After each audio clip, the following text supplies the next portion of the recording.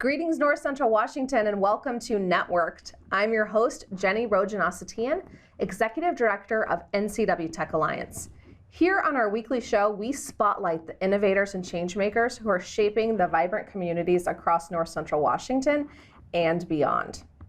Today, we're going to be diving in with an incredible woman of intellect, dedication, and community building, Summer Hess, owner of Sage Step Consulting.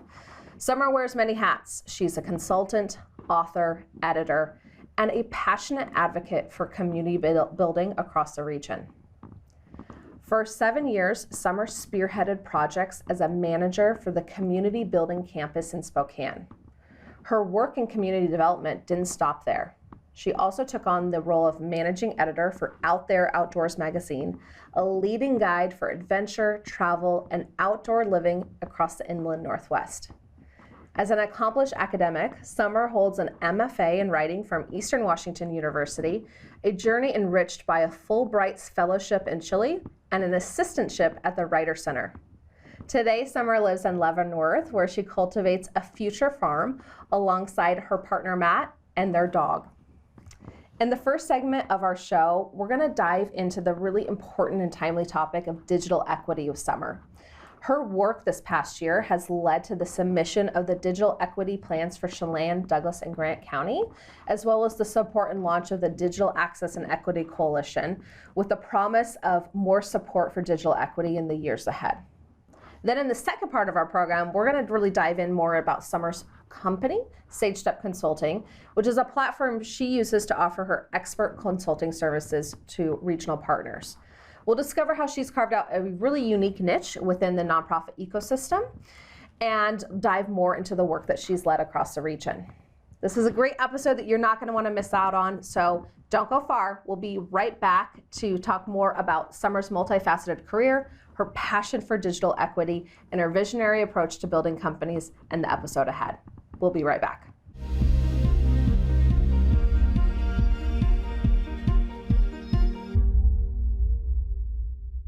And welcome to the heart of the show. Our guest on air today is Summer Hess. Really excited to welcome you in from Sage Step Consulting. Thanks for having me. Yes.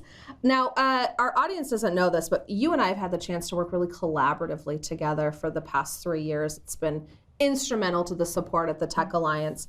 We're going to talk a little bit about that more in your consulting services through the second half. But first, maybe let's just high level introduce you and say hello before we start talking about digital equity. Great. Yes. So tell me, Summer, a little bit about you. Yeah, so I was born and raised in the Philly area, and when I was looking at grad schools, I applied to Washington, D.C. and Washington State. And I applied to Eastern Washington University, and so that's what pulled me west, and I couldn't be happier that I made the leap to the other Washington, the right Washington, in my opinion. Yes, absolutely. Yeah, so I've now been in the Pacific Northwest region for about 18 years, which is really hard to believe, and was thrilled to be able to bring some of my background from the Philly area to the work that I do here, but really just feel very settled locally in the Wenatchee Valley. And I shared a little bit in the intro. You've done some incredible work in Spokane, and then moved over into the North Central Washington region, where you're, of course, based in Leavenworth, but doing a lot of work across the counties.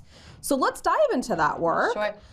Let's talk a little bit about digital equity and kind of how you've been bringing your background into that work. Yeah, so my background before I moved out to this region, I was a program director at an after-school youth center. I was a migrant education instructor, and so I worked with the state of Pennsylvania teaching summer schools to low-income students who were second language learners. I was a YMCA swim instructor and taught little kids how to swim, and then within higher education, I worked as an academic advisor to low-income first-gen college students. And so I think a lot of my background is really rooted in trying to help populations who have been historically left out of the conversation in one way or another, or have been removed from accessing what will help them have a better quality of life, trying to figure out ways to serve those populations better through a variety of means. And which is incredibly impactful and important work to do. And I think each region is very unique in like who's being left behind.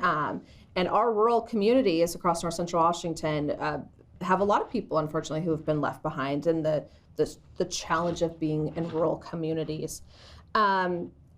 Let's talk a little bit about what digital equity looks like maybe across these rural communities and what you've seen in your work this past year. Yeah, so I'm rather new to digital equity work in that this is the first time I've taken on a lead project management role within the scope of digital equity work. So I'm familiar more with general equity and access issues, and so this is my first time transitioning that knowledge and skill set into the digital realm.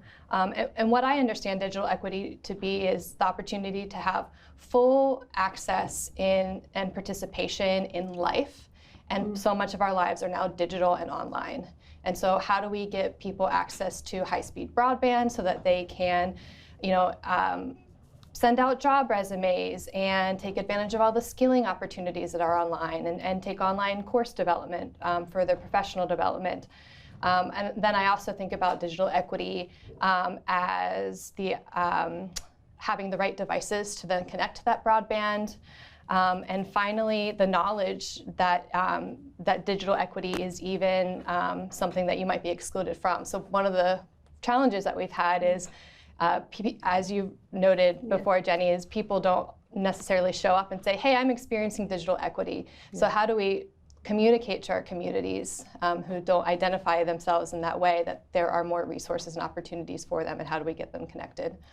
I think you outlined that so well. It's really kind of similar to the hierarchy of needs. There's this hierarchy in digital equity with, like, of course you need internet, but it's not enough just to have internet. You're going to need the devices to connect into it, and then you need to know how to use them. Right. And for, a younger generation who grew up with technology in schools, we've had the benefit of learning as technology has evolved, but there's been so many people who've been left behind generationally, or that are second language, English language learners who may not know about those tools and resources. So I think you really shared that landscape really well, and it's dynamic. It is, and it's always changing. Yeah. So let's talk about this kind of initiative that brought you into your unique background into digital equity, with the digital equity plans across Chelan, Grant, and Douglas counties. Correct, yes. Chelan, Grant, Douglas counties. I'm thrilled to say that about 2 weeks ago, we submitted digital equity plans for Chelan, Douglas, and Grant counties. This is part of a statewide effort so that the state can position itself as a recipient of BEAD funds. And so BEAD stands for Broadband Equity and Access. And that's a federal program and a federal act where the key priority is to give people access to broadband internet. So there's $42 billion out there for that effort across our states and territories in the United States. Now, Washington recently learned that it has received an allocation of just over $1 billion to get going on that work. That announcement came out this week.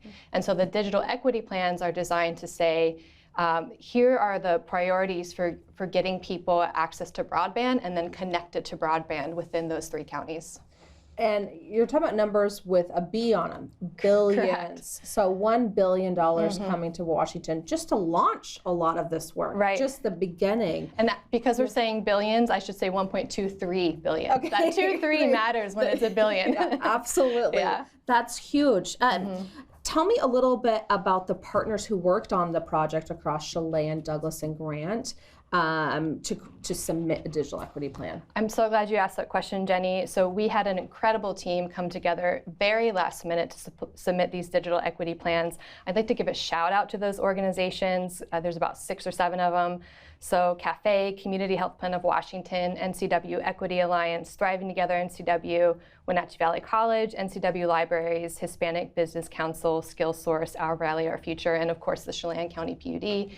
We couldn't have done it without them, but that group came together for weekly assignments over a 5-week period to review and dive into the digital equity plans so that we were making sure that, we had 2 people, myself and Steve Maher with Our Valley, Our Future, working on pooling our local populations, sending out lots of different kinds of surveys, and then poring over census data and all this information that we have to currently understand where the gaps are in people being able to access broadband and Wi-Fi and more equity-related resources.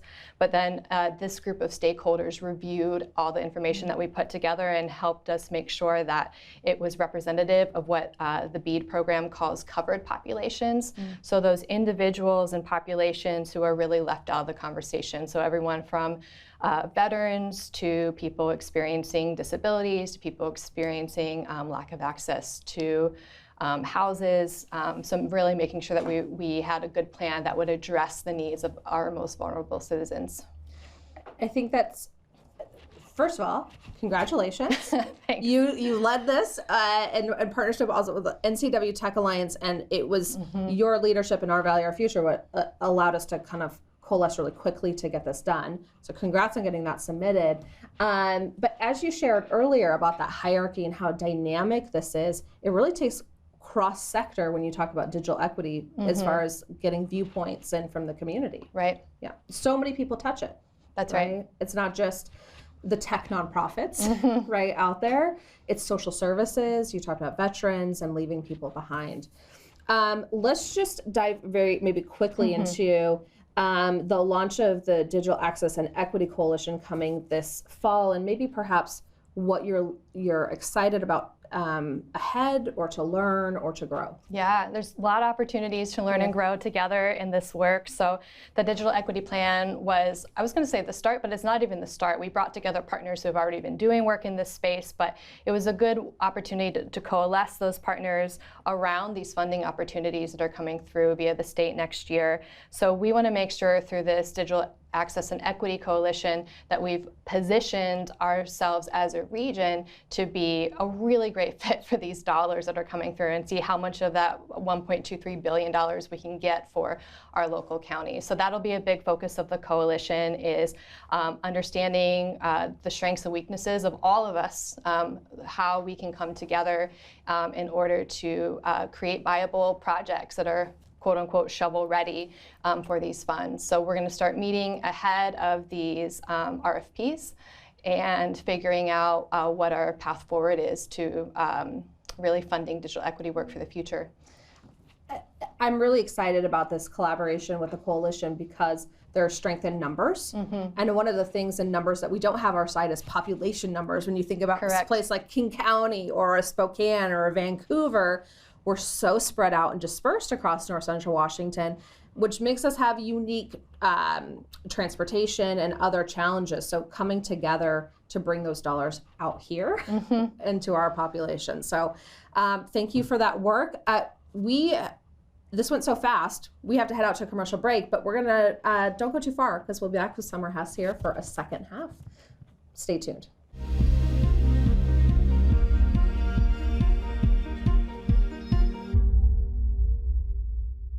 Welcome back to Networked, part 2 of our episode where I've been diving in with Summer Hess from Sage Step Consulting. We talked about digital equity, which is something we could talk for hours about, but we only had 10 minutes. So now we're going to kind of shift gears and dive into your entrepreneurship story and community building. So maybe tell me why you started the journey to become an entrepreneur and start your own consulting company. Yeah, I was very influenced by COVID, as a lot of transitions are. So I was managing editor of an outdoor magazine, and I also worked for this amazing philanthropic endeavor in Spokane called the Community Building Campus, and was able to serve the Spokane community in a lot of different capacities. Moved over to Wenatchee as a trailing spouse. My husband's in tree fruit, and so he worked at WSU Extension. Really excited to move to Wenatchee, but that left me asking, where do I fit and plug in? And so I met Jenny and many other amazing nonprofit leaders across the Wenatchee Valley through connecting at the Mercantile, which is one of our co-working spaces here in town. And through my work at the Mercantile, just started building relationships and was able to plug in some of my writing, editing, and project management skills into the work that a lot of our nonprofits were doing, and realized, oh my goodness, there's a need here for professional project-based support for nonprofits across our region. And so I was able to reach out to an amazing organization, a small consulting firm in Spokane named Measurement, and told them about my interest in supporting the Wenatchee Valley with consulting services, but I didn't know how to do all of that kind of work yet. And so they really took me under their wing, hired me on, and then I was able to learn from them for about 2 years. And so I got trained up in, facilitation and, really built out my project management capabilities. And then last year in August was able to launch out on my own and exclusively serve the Wenatchee Valley and into the Met-How a little bit now too.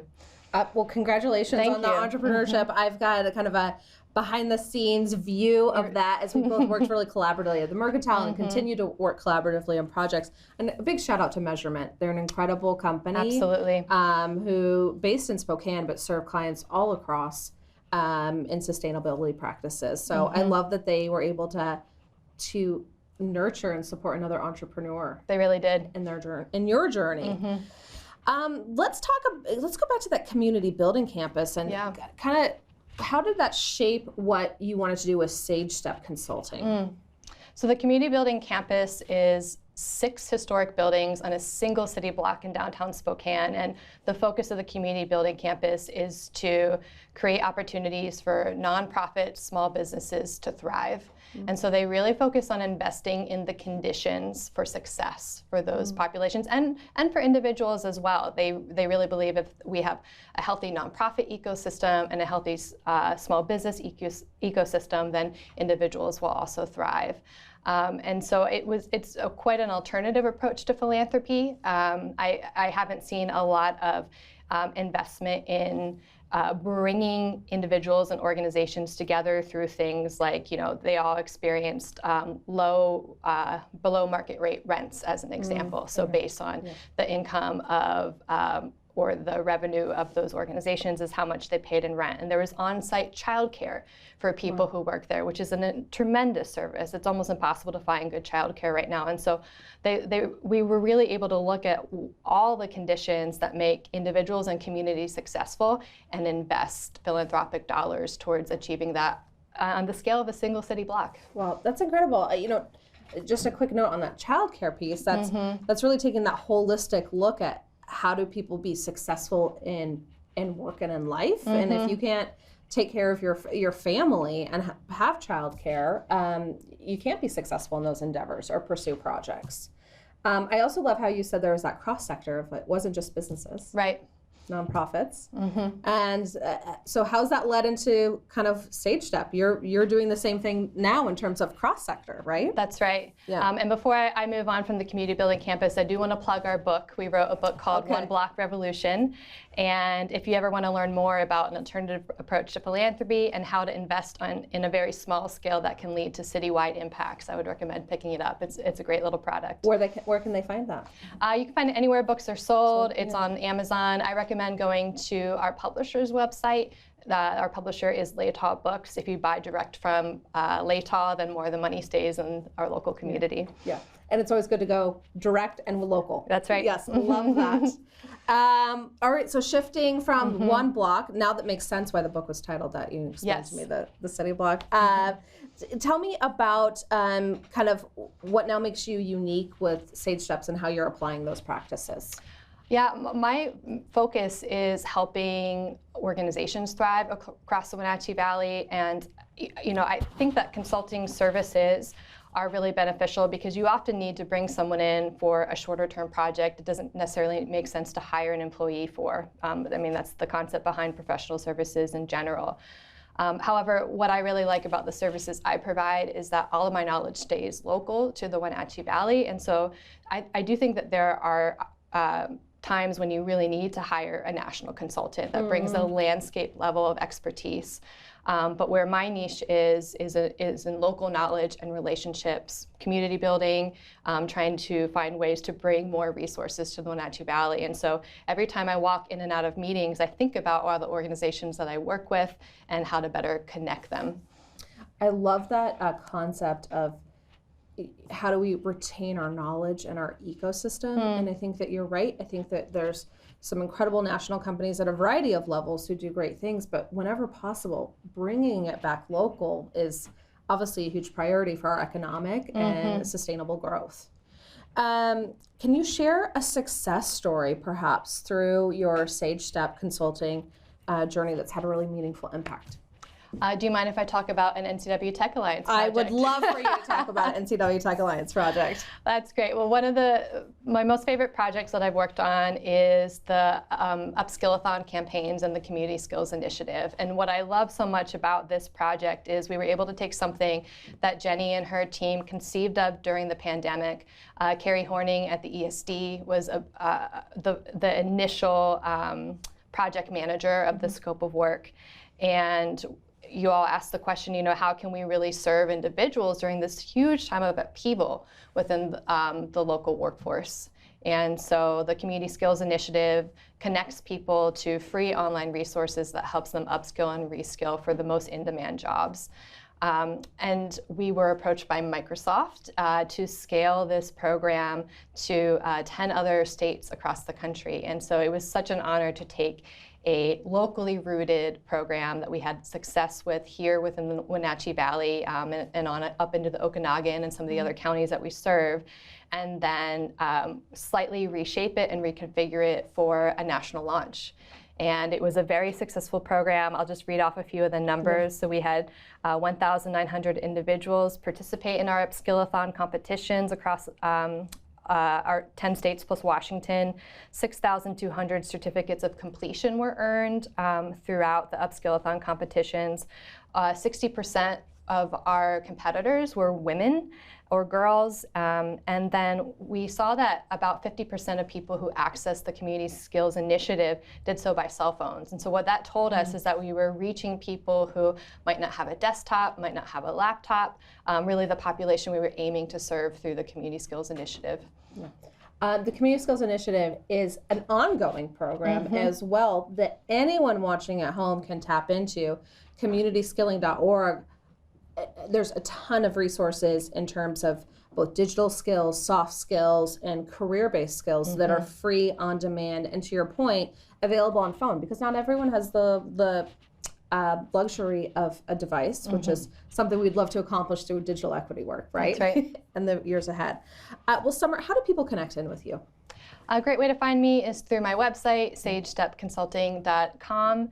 And I'm also hanging out at the Mercantile most days of the week, so hope to see you around town or online. Perfect. Thank you so much for coming on air. I can't believe we didn't do this sooner. Been really fun to have you. Unfortunately, our time is up on this week's episode. If you missed any part of it, though, you can go to the NCW Life channel and watch this full episode in demand, or NCW Tech Alliance. We've got a full website, YouTube, where you can find today's program and more. Thanks for joining us. We'll be back next week.